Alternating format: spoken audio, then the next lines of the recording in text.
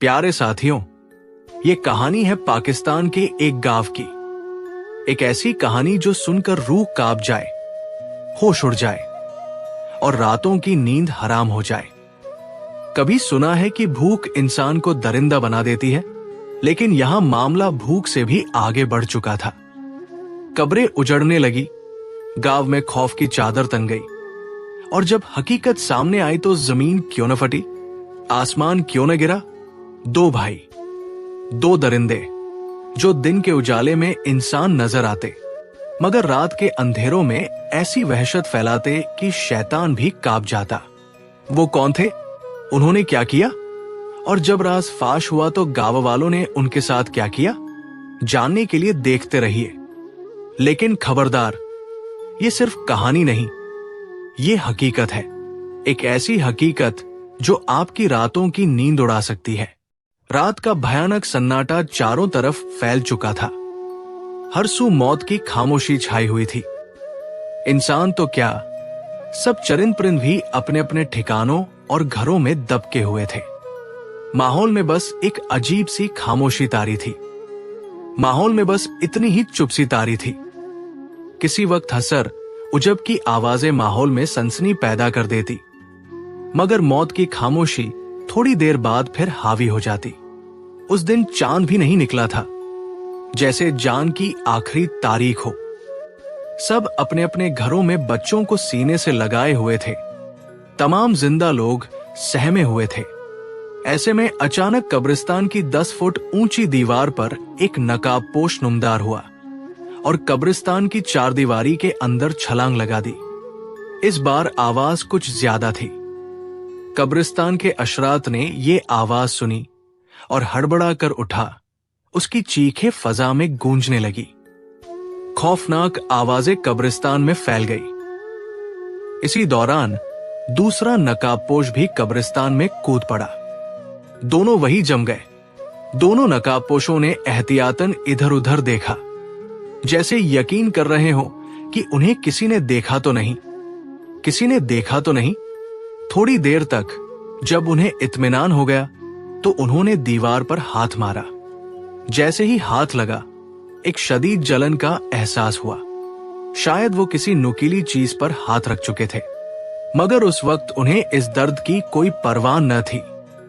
जैसे ही कुदाल हाथ में आई, एक नकाबपोश तेजी से कब्रें खोदने लगा और दूसरा उसके साथ कदम से कदम मिलाने की कोशिश करने लगा।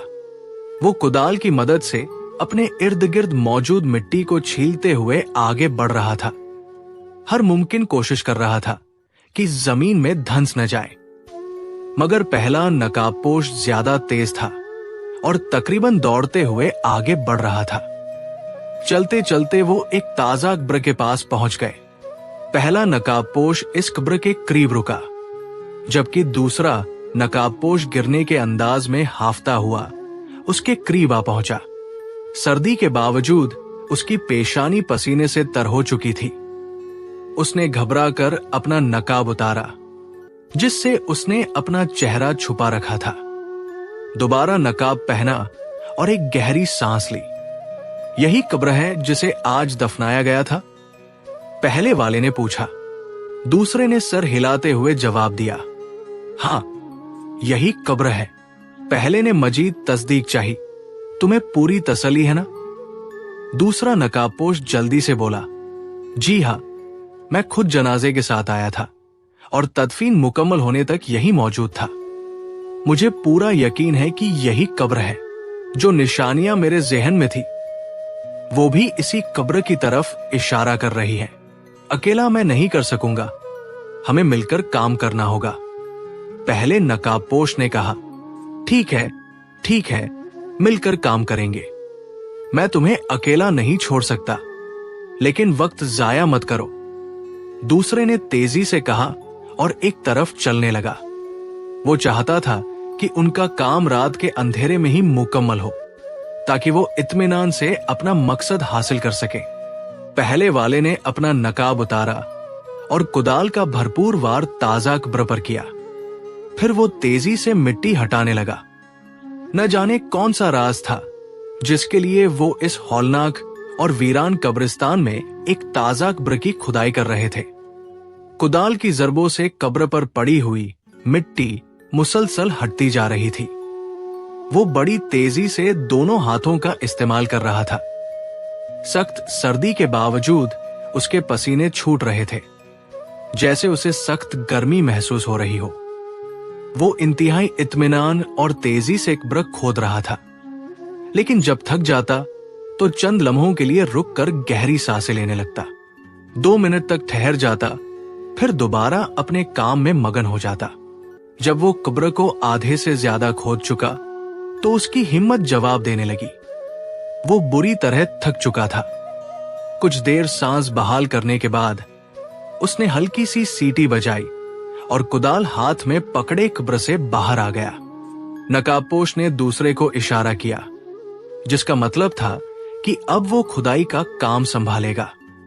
सीटी की आवाज सुनते ही दूसरा नकाबपोश तेजी से आगे बढ़ा, पहले वाले से कुदाल ली और तेजी से बाकी काम पूरा करने लगा। पहला नकाबपोश एक तरफ जाकर बैठ गया और अपना सांस बहाल करने लगा।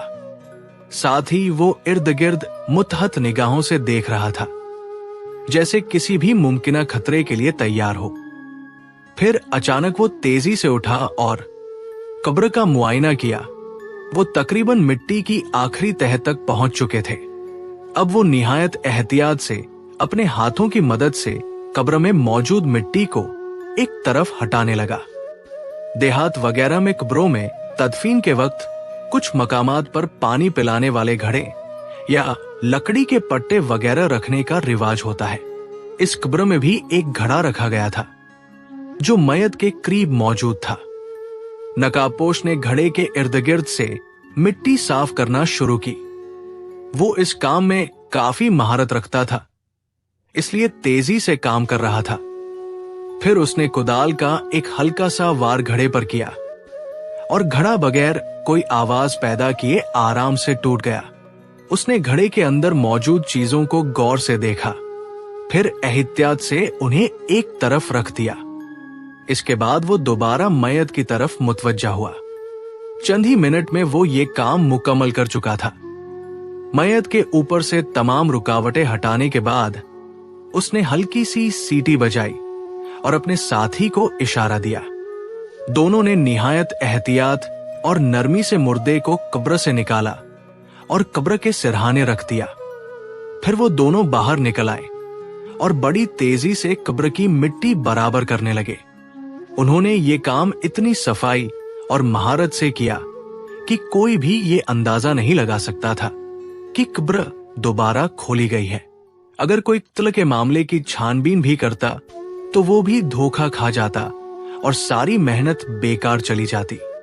इसके बाद उन्होंने मयत को तेजी से उठाया, दीवार उबूर की और तेजी से अंधेरे में गायब हो गए।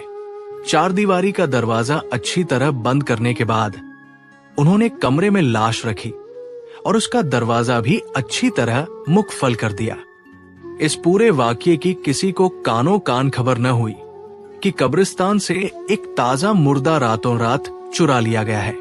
ये सब कुछ निहायत चालाकी और होशियारी से अंजाम दिया गया था। मुर्दे को सीधा कमरे में डालने के बाद वो दोनों थकन से चूर होकर एक टूटी हुई चारपाई पर गिर पड़े और आराम करने लगे। ये सब कोई आम आदमी तो सोच भी नहीं सकता। पहले ने धीरे से कहा, कोई आम आदमी तो ऐसा सोच भी नहीं सकता। दूसरे ने जवाब दिया, हां, मगर ये सब कुछ भूख करवाती है। पहला बोला। दूसरे ने जवाब दिया, देख लेना, इस गांव में हमारी बड़ी इज्जत है, सब हमें शरीफ समझते हैं, अगर पकड़े गए तो। पहले ने खदशा जाहिर किया, हाँ तो देखा जाएगा। दूसरे ने लापरवाही से कहा और एक तरफ करवट ले ली। कुछ ही देर में दोनों गहरी नींद में जा चुके थे। जब उनकी आंख खुली तो रात खत्म होने को थी। कुछ देर बाद एक शख्स उठा और कमरे के एक पुराने शिकस्ता संदूक से कुछ बर्तन और चंद औजार निकाले। फिर उसने मुर्दे के गोश्त के टुकड़े इस महारत से काटने शुरू किए जैसे कोई कसाई मुर्गी के टुकड़े करता है। चंद लम्हों बाद गोश्त को देगची में डालकर पकाने के लिए चूल्हे पर रख दिया गया। एक आम इंसान के लिए यह सोचना भी खौफनाक था कि वो दरअसल मुर्दाखोर थे। कुछ ही देर में मुर्दे का गोश्त पक चुका था और वो दोनों वहशी दरिंदों की तरह उस पर टूट पड़े। थोड़ी देर में वो सब कुछ चट कर चुके थे। मुर्दे का कफन उन्होंने एहतियात से उतारकर उसी संदूक में रख दिया। सारा गोश्त खाने के बाद उन्होंने कमरे का फर्श साफ करना शुरू किया ताकि कोई सबूत न रहे। आखिर में पानी के चंद घूंट हलक से उतारे और दोबारा अपनी चारपाई पर गिर पड़े। जब आंख खुली तो असर का वक्त हो चुका था। वो उठे, नहाए, कपड़े बदले और गांव में घूमने निकल पड़े। काफी देर तक आवारा गर्दी करने के बाद जब शाम का अंधेरा फैलने लगा तो वो वापस अपने ठिकाने पर आए और अपने बूढ़े और जवान साथियों की बैठक में जा बैठे। गपशप करने चले गए। वहां उन्होंने रुककर चाय पी और रात गए वापस अपने ठिकाने पर आ गए। उनका असली रूप अभी तक किसी पर जाहिर नहीं हुआ था। गांव के सब लोग उन्हें निहायत नेक और शरीफ समझते थे। हकीकत में वो दोनों मुर्दाखोर भाई थे। दोनों की उम्रें बुढ़ापे की दहलीज पर पहुंच चुकी थी।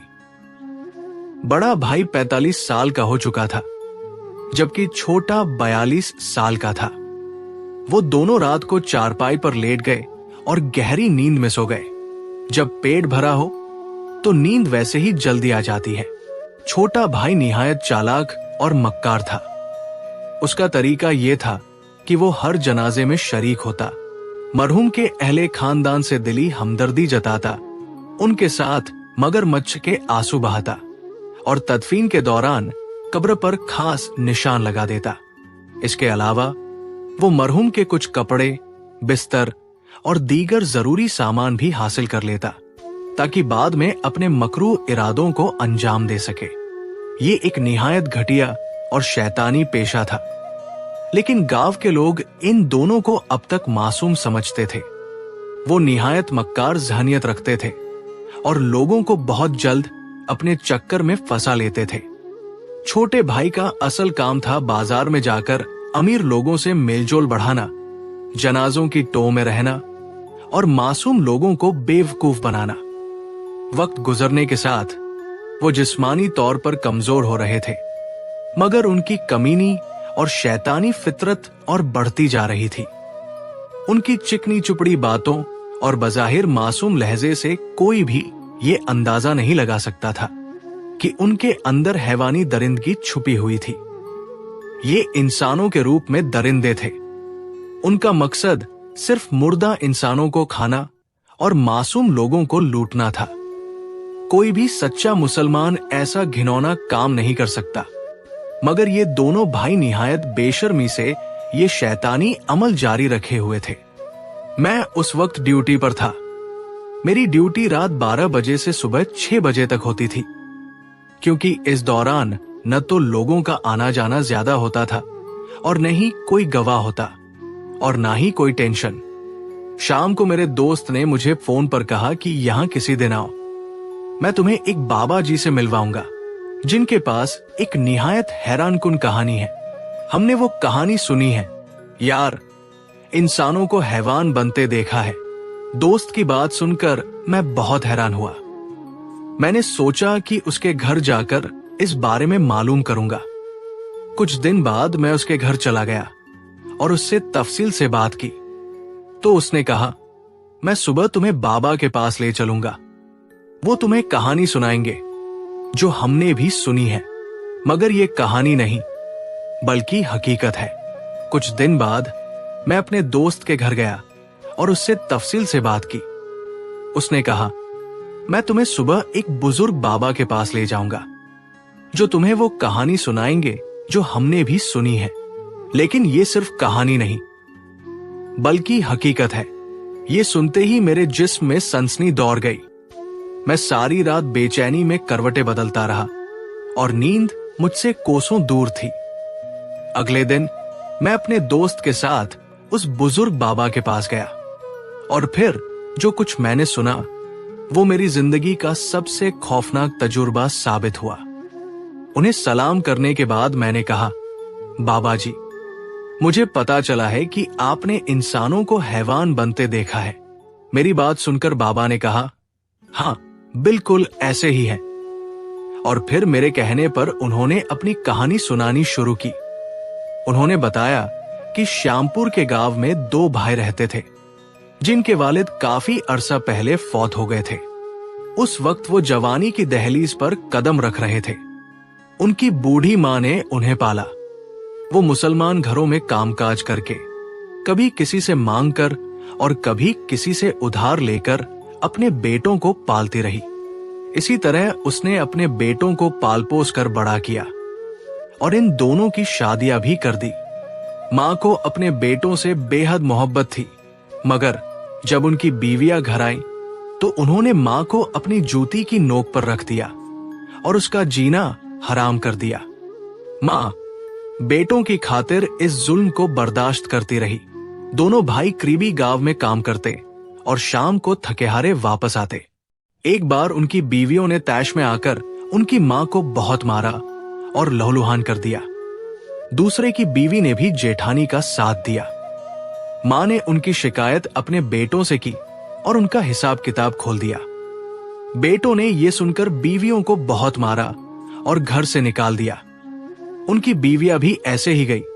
फौरन घर जाकर झूठ मूठ की कहानी सुनाई और अपने घर वालों के सामने मजलूम बन गई। ये सुनकर दोनों भाई बीवियों की चालाकी पर गुस्से में आ गए। भाइयों ने उन दोनों पर हमला कर दिया और उनकी ऐसी ठुकाई की कि बस पूछो मत। बीवियों के वालिद और भाई भी टूट पड़े। मां अपने बेटों को छुड़वाने आई तो उसकी हिमायत ने उसका वो हाल किया कि बस खुदा की पनाह। दोनों भाइयों का घर खराब हो गया। तो मतलब ये कि बीवियां रूठ कर मायके चली गई। मनाने की लाख कोशिश की मगर बेसूद। कुछ अरसे कोशिश जारी रही मगर कुछ भी न हुआ। न वो खुद आई और न ही कोई मनाने आया। कुछ अरसे बाद उनकी मां छोड़कर हमेशा के लिए चली गई, यानी वो मर गई। आज और अब से उनकी जिंदगी नहीं थी। आप अकेले हो गए, इसलिए घर में खुद कुछ नहीं कर सकते थे। शुरू शुरू में होटलों से खाते रहे, घर के कामकाज भी खुद करते हैं। 1-2 बार बीगमों को मनाने गए मगर उन्होंने साफ इनकार कर दिया। वो अपनी ठुकाई नहीं भूली थी। बुरे हालात शुरू हो गए। उनकी जिंदगी की गाड़ी चलने लगी, कामकाज करने लगे और जिंदगी गुजारने लगे। एक बार राजा बीमार हुआ। उसके इलाज पर काफी खर्च उठ गया। वो ठीक तो हो गया मगर जो कुछ भी था वो इलाज पर लग गया। कुछ पास होता तो खाते पीते, बहरहाल मुश्किल से गुजारा होने लगा। कुछ अरसे तक मानने वालों ने उन्हें रोटी और सालन दिया। फिर पेट भरकर न खाने की वजह से उनकी जिस्मानी हालत भी खराब होने लगी। आहिस्ता आहिस्ता मिलने वाले और दोस्त सब ने उनसे मुंह मोड़ लिया और जो रोटी मिलती थी वो भी बंद हो गई। वो फकीर हो गए और घर का जो सामान था बेचकर कर्ज अदा किया। अब कुछ भी नहीं था कि वो बेच देते। कमजोर हालत की वजह से उनसे काम नहीं होता था। कई दिनों तक उन्हें सिवाय पानी के कुछ भी नहीं मिलता था। भूख से बुरा हाल था। शेड़ा भूख मिटाने बाहर गया कि शायद कोई उन्हें खाने के लिए दे दे, मगर किसी ने एक पाई बगैर नहीं दी।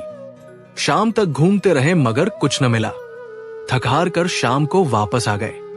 पेट की भूख इंसान को दरिंदा बना देती है। रास्ते में गांव के चौराहे पर एक जलेबी की दुकान देखकर अंदर घुस गए और जलेबियां उठाने लगे। दुकानदार ने उन्हें चोर समझकर मारने दौड़ा और वो भूखा वहां से भाग निकला।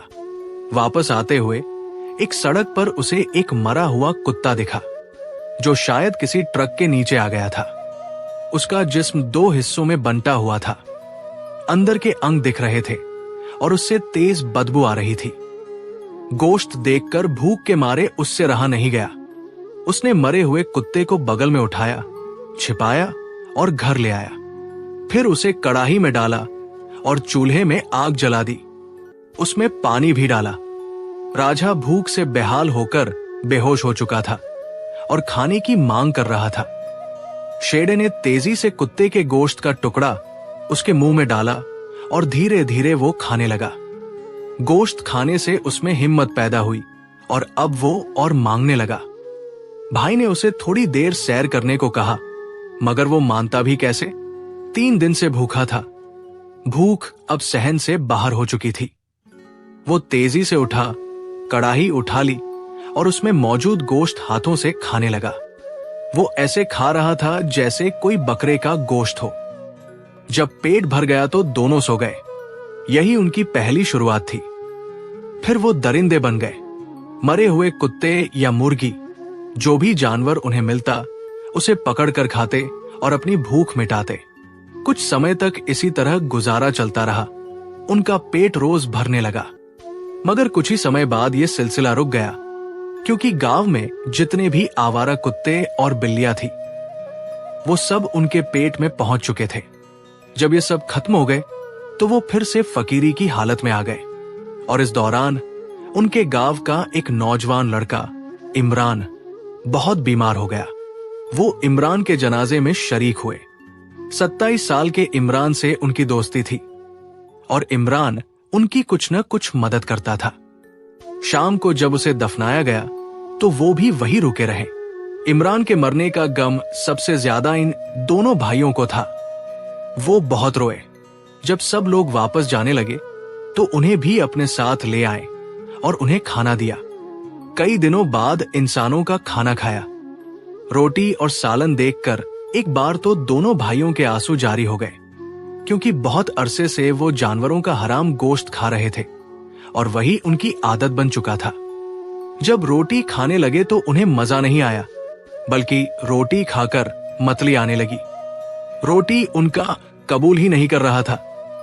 ऐसे लग रहा था जैसे रोटियों के लिए अजनबी हो चुके हों। उन्होंने बहुत कोशिश की, मगर वे दोनों ना खा सके। वे इंसान होकर भी इंसानी खाने को कबूल नहीं कर पा रहे थे। वहां से निकलकर वे कब्रिस्तान में आ गए कि शायद कोई वहां पर कुत्ता या बिल्ली मिल जाए। मगर उन्होंने सारे कब्रिस्तान का चप्पा चप्पा छान मारा, मगर कुछ ना मिला। भूख से उनका बुरा हाल हो चुका था। चलना भी दुश्वार हो गया था। उसी वक्त वे इमरान की कब्र पर जा बैठे। जो वक्त गुजर रहा था वो भूख में इजाफा करता जा रहा था। अगर खाने को कुछ भी मिल जाता तो वे खा लेते, मगर अब उनमें इतनी ताकत और हिम्मत नहीं थी कि घर जा सके। मस्जिद जाकर खैरात मांगने का सोचा, मगर दिमाग में यही चल रहा था कि लोग उन्हें धुतकार देंगे। सोच सोच कर वे और ज्यादा पागल होने लगे। अब वे सोचने लगे कि खाने के लिए क्या किया जाए। दिमाग में कोई हल न आया तो मजबूर होकर उन्होंने अपने ही हाथों को काटना शुरू कर दिया। बड़े भाई ने अपने बाजू पर दांत गाड़े तो खाल चीरती हुई चुभन महसूस हुई, मगर जब खून निकला और उसने चूसा तो एक अजीब सा लुत्फ महसूस किया। जुबान और तेजी से काम करने लगी और वह और ज्यादा खून चूसने लगा। इसी दौरान उसके जहन में एक वहशियाना मंसूबा आया। उसने इमरान की कब्र खोदने का फैसला किया और छोटे भाई ने उसका हाथ बटाया। दोनों ने मिलकर कब्र खोदी और लाश बाहर निकालकर एक तरफ रख दी। फिर कब्र दोबारा बंद कर दी। ये काम करने में काफी वक्त लग गया। उनके हलक सूख चुके थे। किसी न किसी तरह कब्र को बंद करने के बाद वे इमरान की लाश घर ले आए।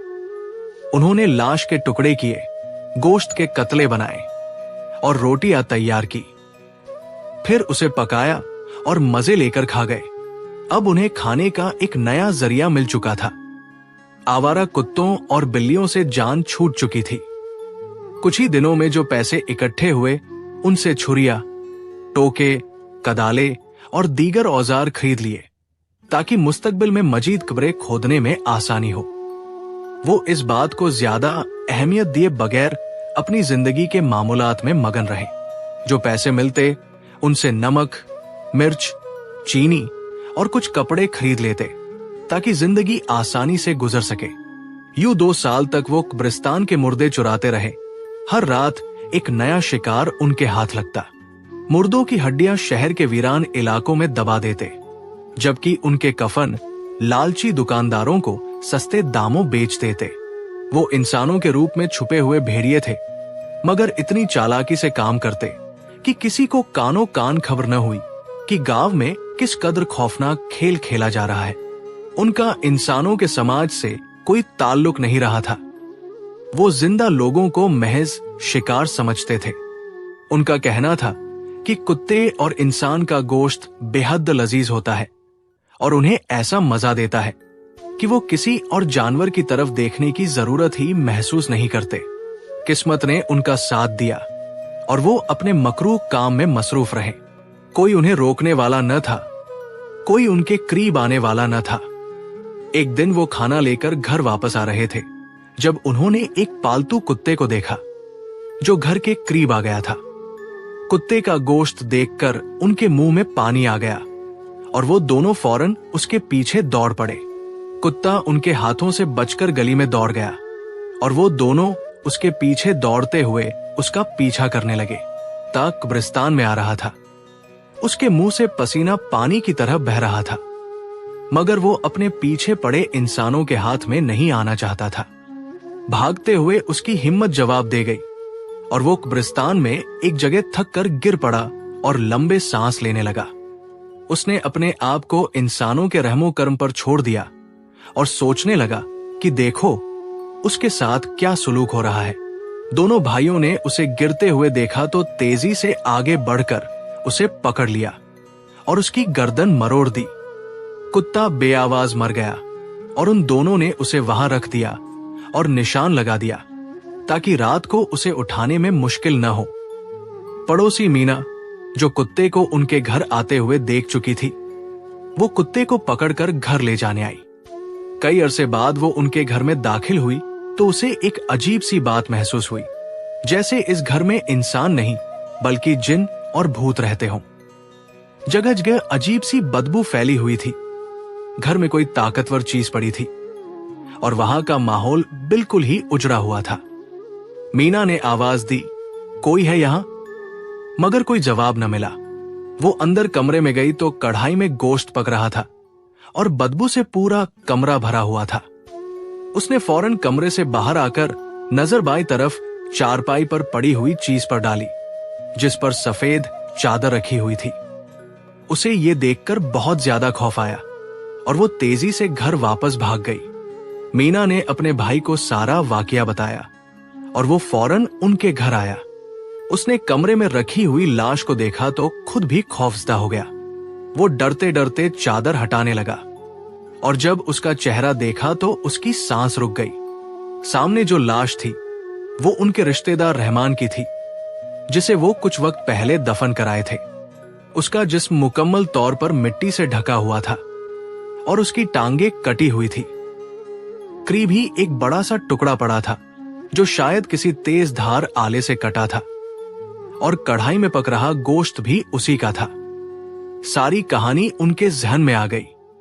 भाई तो किसी तरह अपने आप पर काबू पा गया, मगर यह सब बर्दाश्त करना मुमकिन नहीं था।